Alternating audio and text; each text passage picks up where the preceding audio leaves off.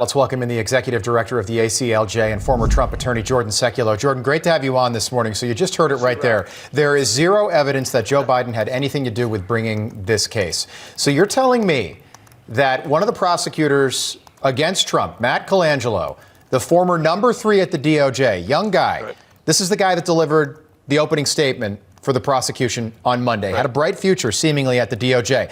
Again, you're telling me that this guy right here suddenly decided to go from the 3rd highest ranking official at the Department of Justice to being a run-of-the-mill prosecutor in Lower Manhattan, and you want the American people to believe that the White House and Merrick Garland and the DOJ had nothing to do with bringing this case?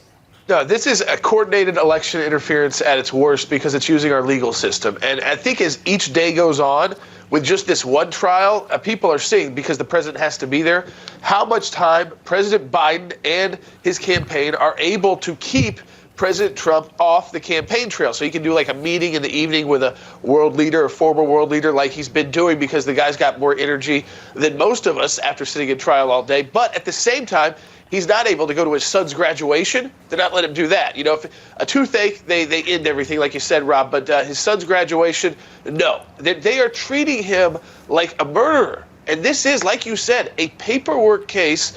But you've got the gag orders in place. I think we're going to get maybe some judgment on that today. And I'm hoping that maybe the judge oversteps and we can actually see maybe some appeals of those gag orders and get into federal court potentially. Okay, so where do you think that goes? Yesterday, a legal expert on one of the other networks said that maybe this judge would give Donald Trump something like an ankle monitor, or they would confine him to Trump Tower so he could appear in court 4 days a week, and then he's got to be at home in Trump Tower. Does something that extreme take place here?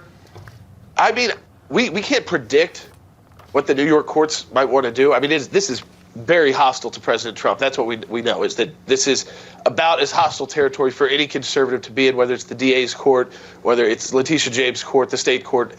But here's the deal. He does have the Secret Service. It's hard to imagine him actually being incarcerated in a prison. So now they're throwing out these other ideas that they could somehow put him under house arrest for violating a gag order. Gag orders, which, by the way, I believe are completely unconstitutional when you look at the words he's used. And people don't like it because he talks tough. But nothing that he said doesn't actually make sense. It's not like he's talking about the judge's daughter randomly.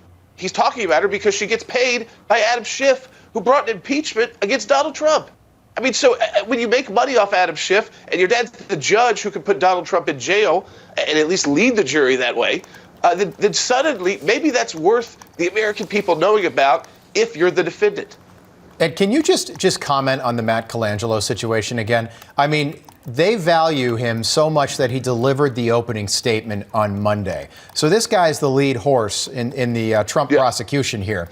He was the number 3 at the DOJ. And he's a young guy. There he is right there. So if you're the number 3 at Merrick Garland's Department of Justice, you've got a bright future. Who in their right mind?